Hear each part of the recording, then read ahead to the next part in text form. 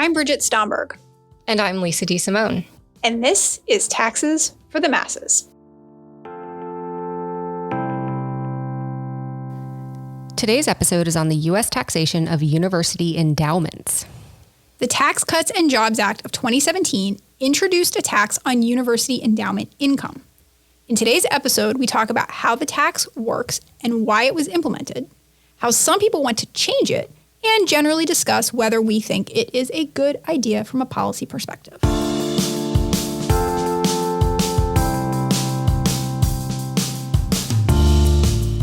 Hello, Lisa. Hello, B. So we've got sort of a meta episode today. At least I'm pretty sure that's how you would describe it. Are we talking about Facebook? No, we're talking about taxing universities, and I guess that seemed sort of meta because we're two tax professors currently sitting on our university's campuses talking about taxing universities. So, I mean, that's meta, right? I think the fact that you have to ask me that question means we're probably too old to be meta or to use that term. So me saying meta is cringe? It's not fire, that's for sure. Nicely done. All right. Well, I just thought in honor of an episode talking about universities and young people, we should try to incorporate some younger, hipper lingo. Sure. And step one is to stop saying the word lingo and stick with what you know. Fair enough. All right. I'm over it. I'm over young hip lingo. I promise you that. God, please don't say that again. So today we're going to talk about the University Endowment Tax that was created by everybody's favorite Tax Cuts and Jobs Act of 2017. First, we're going to explain what the tax is and why it supposedly exists. We'll also discuss some proposals to modify the tax, and we're going to close out the episode with an evaluation of the tax from a policy perspective so listeners can get our hot take on whether the tax is rad or whether it's gnarly. Cool beans. Thanks for playing along. I'm trying. I'll kick it off with a discussion of the tax. So as you said, the Tax Cuts and Jobs Act of 2017 introduced a 1.4% excise tax on university endowment income for, quote, applicable educational institutions. So there it is, easy peasy. What? As if. Okay. That was from our generation. That is not young hip lingo. I know. I've given up and I've gone to the 80s. All right, fair. So you just threw out a bunch of words and phrases that are going to require some additional explanation. For starters, why is it an excise tax? Or maybe more basically, what is an excise tax? Okay. Well, as listeners might recall from some recent episodes, not every organization in the U.S. is subject to income taxes. Colleges and universities are generally considered to be nonprofit organizations. Nonprofit organizations, as we've talked about before, are exempt from income tax under Section 501c3PO. Every single time. Every time. Remember that 501c3 allows entities with purposes that are limited to educational activities, among some other carved out activities, to apply for tax exempt status. And they're also generally exempt from an excise tax imposed on private foundations' net investment income. Okay, roger that. So yes, colleges and universities, at least many of them anyway, are nonprofit organizations exempt from income tax. So if we want to tax them, it probably has to be a different kind of tax, like an excise tax. Exactly. All right, so continue, please, with an explanation of what in the world is, quote, an applicable educational institution. For sure. This is where it gets kind of fun. All right, so roughly speaking, it's a college or university that is accredited and participates or is at least eligible to participate in federal financial aid programs. So UT and IU would both fit that definition. They would, but they also have to have at least 500 tuition-paying students. They have to have more than 50% of those students located in the U.S. They cannot be a state college or university, so that's where we drop out. And they have to have an endowment of at least $500,000 per student. Okay, so the fact that IU and UT are state universities, not applicable educational institutions. Exactly. Although UT Austin has an estimated endowment of $42.3 billion. Whoa! That is well over $500,000 per each of its about 52,000 students, but we're not subject to the tax because we're a state university. And IU Bloomington, with its smaller endowment of $3.5 billion, Oof. Everything really is bigger in Texas, isn't it? Blame it on the oil. Exactly. So if we take our little $3.5 billion endowment and we spread it over our roughly 49,000 students, we're still going to hit that 500,000 per student threshold. But again, IU escapes the tax because they are a state university. So with these examples, the scope of this tax is starting to feel potentially narrow. Mm-hmm. So what do we actually know about the composition of colleges and universities in the U.S. and how many of them are subject to this tax? It's a great question. According to the National Center for Education Statistics in 2021, there were a total of 5,916 post-secondary institutions. Colleges or universities either do or could participate in a federal financial aid program, which you said was a requirement. That's a lot. 32% of those are public, like IU and UT, so that's their get-out-of-jail-free card. And another 30% were private. Okay, so my rough math tells me that the remaining 38% must be for-profit colleges and universities that are already paying income tax and therefore don't need to bother with this excise tax. Correctamundo. Now, on to your second question. How many of those roughly 1,700 private universities are paying this excise tax? Well, so far, not many. No. So there's a report by Melissa Korn and Richard Rubin at the Wall Street Journal. And in 2021, they found that only 33 schools paid the tax, and the total amount they paid was only $68 million. And that falls far short of the $200 million that the Joint Commission on Taxation estimated would be generated by the tax annually. Okay, so a few things here. Okay. 68 million tax out of 200 million projected is not great. Nope. That's only 34% of expectations, and last I checked, that would get you an F at a college or a university. I don't know, great inflation. I hope it's not that bad. Also, total tax collections last year, total, were over $2 trillion with a T. So do we even care about $200 million of forecasted additional tax revenue? I mean, sure, I'll take all I can get. But I see your point. Okay, because even if you look at excise taxes only, they generated $40 billion of tax revenue. So my question to you is, why bother with another excise tax that's not really even going to move the needle? Okay, so it seems like you're starting to get at the question of why Congress passed the tax in the first place. I am. Okay. The text of the Tax Cuts and Jobs Act itself offers the following reason for the change. Endowment balances have increased dramatically. Tuition is growing at rates faster than inflation. To quote the legislation, where the endowment of a private college or university has grown so large that it is not commensurate with the scope of the institution's activities in educating students, the committee believes it is appropriate to impose a modest excise tax on the investment income derived from the endowment. All right, so I don't know that I would so much call that a reason for change. It's words. It's words put together in a logical fashion. It is a complete sentence, verbs, nouns, all the things. There's punctuation, too. That, too. But to me, it just sounds like you have too much money and we want some of it. Well, yeah, that's what those words are saying, yes. Okay, good, as long as we agree on that. So excise taxes, as I understand them in theory, are at least sometimes enacted to create behavioral changes. Yes.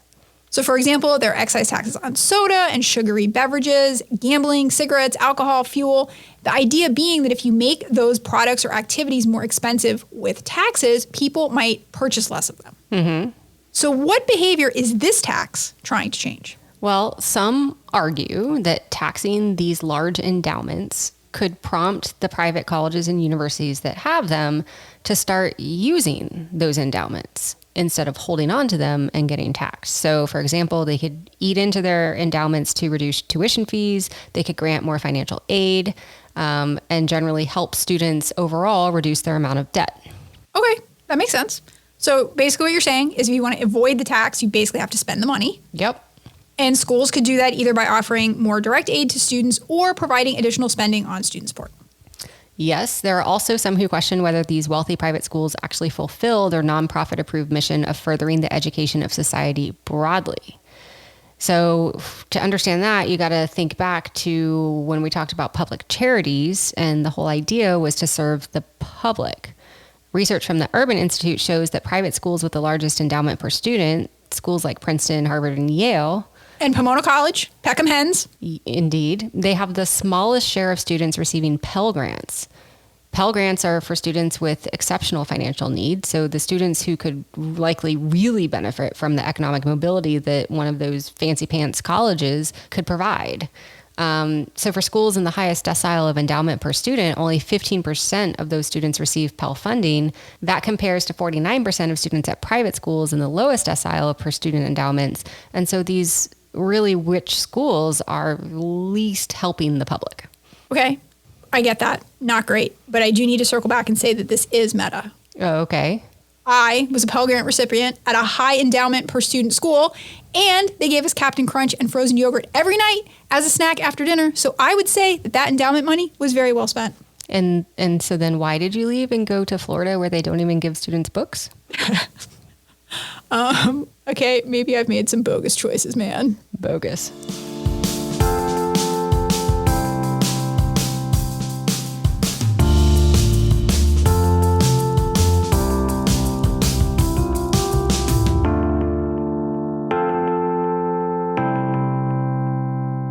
We've talked about the impetus for the endowment tax and the fact that it was never intended to be large and that it's even smaller than intended. So let's move on to some of the proposals to modify the tax. It's always disappointing when an endowment that you don't think is going to be large is smaller than expected. All right. This is interesting because since the tax was implemented in 2017, there have been proposals to both increase and repeal the tax. Yeah, that sounds very on brand for Congress right now. Let's start with who wants to repeal it. Okay, well, in 2019, Democratic Representative Brendan Boyle and Republican Representative Bradley Beyer introduced the, quote, Don't Tax Higher Education Act. I'd also like to point out that they both have first and last names that start with B. Super relevant to this discussion. I thought so. Interesting that it's bipartisan. Yes. The bill is pretty straightforward.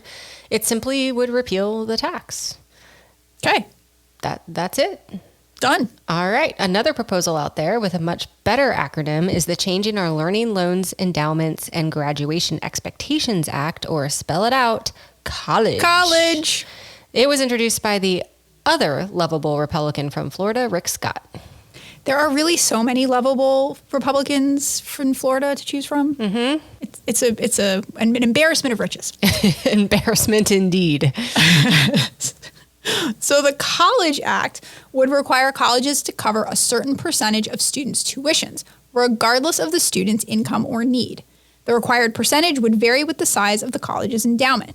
So for example, colleges with endowments of $10 billion or more would have to cover 75% of students' tuition. And the bill would apply to both private and public schools. So UT, because of their large endowment, would have to pay 75% of all students' tuition regardless of their need. Representative Dave Joyce, an Ohio Republican, wants to increase the excise tax rate from its current amount at 1.4% to 10%. So increase. And one of my favorites, Senator Tom Cotton, a Republican from Arkansas, he's coming in hot with the last bill we're going to highlight today. Winner of the snarkiest title, the Ivory Tower Tax Act. Ooh, sick burn. This bill would impose a 1% tax on the fair value of the endowment for private colleges, with more than $2.5 billion in total endowments and $500,000 per full-time student. It also earmarked this revenue estimated at $2 billion annually to support vocational and apprenticeship training programs, presumably under the argument that not everybody should go to college. It's an argument. And this is a tubular example. I'm really excited about this. I know this is surprising you, but I'm going to call Tom Cotton's Ivory Tower Act tubular. I'm sorry. That word should not ever come out of your mouth. Tubular. Stop. Wait for it. Make it stop. It's a great example of tax policy because we're getting to define so many terms. Okay. So one new element of this proposed tax is that it would be an earmarked tax. Yes. Which means the revenue that it generates is set aside for a specific purpose. Okay. In this case, funding other educational programs. Yep. Earmarks are actually one potential way to garner political support for tax increases. So pretty cleverly designed. Mm-hmm. This tax is also potentially a good example of using taxes to redistribute wealth under the assumption that it's going to be the higher income students who go to high endowment colleges, like you were talking about earlier, and lower income students who might benefit more from vocational or apprenticeship programs. Another element of this last proposed tax is that it's a tax on wealth, not income. And that makes it a slippery little sucker because that low rate of 1% can be pretty deceiving. Example, please. Okay, so let's stick with your Pomona College's Peckham Hens. $3 billion endowment. And let's say it generates an 8% return one year. So that's $240 million in income off of the endowment.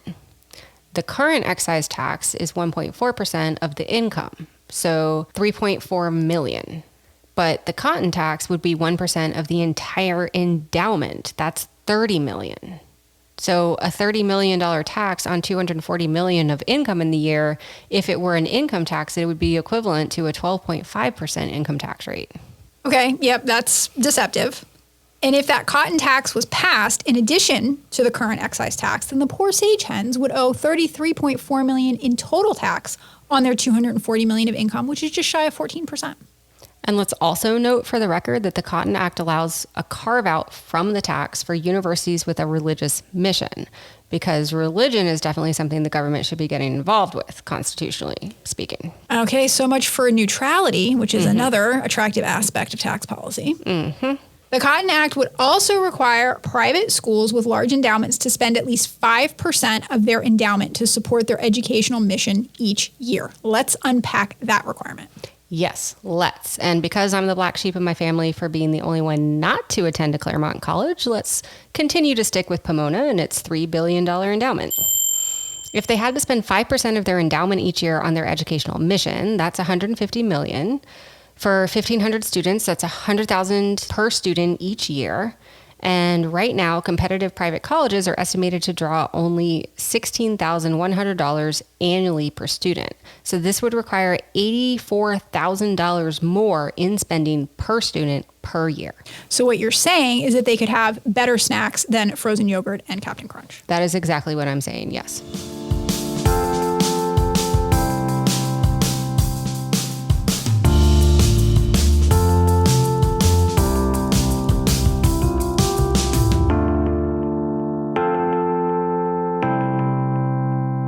All right, let's be hella efficient here. Tell me something good about a university endowment excise tax. Go. Okay, I can see some benefit of using tax policy to incentivize colleges and universities to spend money on students, especially if it were in the form of offering tuition reductions or substantial financial aid packages instead of the universities continuing to accumulate wealth over time. And there are those who argue that at least some amount of the value of going to elite schools is the brand, the school's name. And that can create a cycle whereby the graduates of these institutions accumulate wealth that they in turn give back to the school. So in some ways, the rich get richer, and that's not a popular narrative, especially right now. But one sneaky potential bad consequence, which the Tax Foundation highlighted in their coverage of these taxes, is that college tuition is somewhat an example of price discrimination, where colleges charge different students what they think they can or will pay. And if you force colleges to cut tuition, either directly through different proposals or indirectly as a way to avoid the endowment tax, you could actually end up mostly benefiting higher income students who could have and would have paid full freight anyway. That is a pretty interesting unintended consequence, and I don't think it's totally obvious to everybody. Another big baddie here is that there seem to be pretty easy ways around the tax. Private universities rely on donations along with investment returns on existing assets to grow their endowments. But instead of depositing donations into the endowment fund, they could just as easily use those funds to pay annual expenses. Brigham Young University is a private university with a nearly $2 billion endowment, but it receives significant financial support annually from the Associated LDS Church. Yeah, and this was pretty interesting to me. There was a 2022 investigation that found that BYU received about 100 million Canadian dollars per year from the Canadian affiliated church alone. That's a pretty large, reliable annual amount coming from Canada, which is not even the country where the university is located. So it kind of calls into question whether the university even needs an endowment that could be taxed. All right, to the ugly. Maybe it's just me, but none of this really seems to have a lot to do with tax policy. So we're not trying to raise revenue to fund government operations because we're admitting that it's going to be small revenue. Right. We're also not really trying to change behavior because, let's be real, $68 million of total tax across 33 schools, that averages out to just over $2 million per school. That's not changing anyone's behavior. I mean, it might change mine, but I doubt that it's changing Harvard's. No.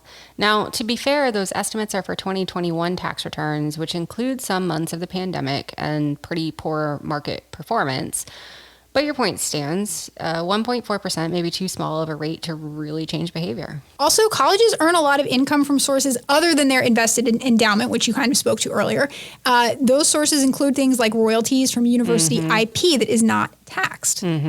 So fun fact, the University of Florida earns about $20 million each year in Gatorade royalties. Wow, okay. So I guess I feel like this entire discussion around endowment taxes is feeling more like politicians' perceptions of the value of higher education, or maybe it's sour grapes towards elite institutions. And generally, it just feels like we're maybe letting ideology and grumpiness taint good tax policy. And you're the only one who's allowed to let their grumpiness affect tax policy discussions. Precisely. Okay. Sadly, I think we can chalk this policy up to all bark and no bite. Like some of the others, like the stock buyback tax, which we'll be talking about, like the limit on the deduction for executive compensation, which we've talked about before.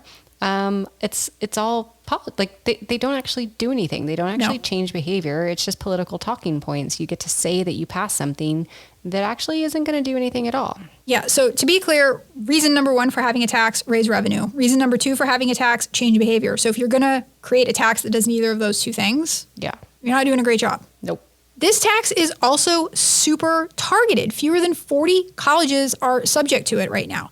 It kind of reminds me of that minimum tax on book income that we hate so much. Yeah, it's sort of funny when you make that comparison. Many Republicans want to narrowly target rich colleges and universities, perhaps unfairly, while on the other side of the aisle, Dems are narrowly targeting rich companies. At least the Republicans did what we've advocated for and changed the rules of the game instead of creating some arbitrary parallel set of rules. Fair point. Yeah. So what do you think? Final verdict? Rad or gnarly? I'm giving it gnarly thumbs down. That's another classic 80s reference. 2 thumbs down. 2 thumbs down. And you? No. I'm the other thumb. Oh, okay. Excellent. 2 thumbs down. I'm the Ebert to your Siskel, okay? Thank you. Wait. Which one of us is Gene Siskel?